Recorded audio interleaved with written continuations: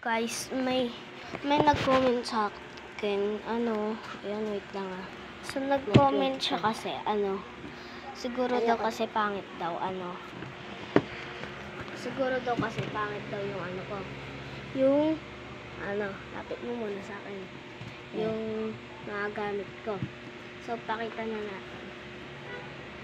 Ayan guys, yung mga gamit niya. Ito guys, yung mga Lomo card niya.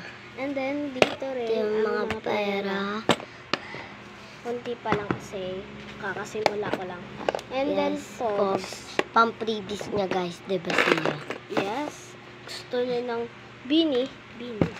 Binibini. And then, ito ang Lego ko. Ito. Hindi nila makita kasi ang dilim. Okay. Ayan guys, yung gawaan ko ng bracelet. And then, wala yan. And then, yung babala. And then, ayan.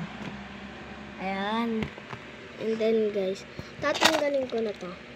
Tanggalin ganun. Ayan, guys. Okay. And mag-unbox nga siya ngayon. And then, kita-kits na tayo mamaya. Bye-bye.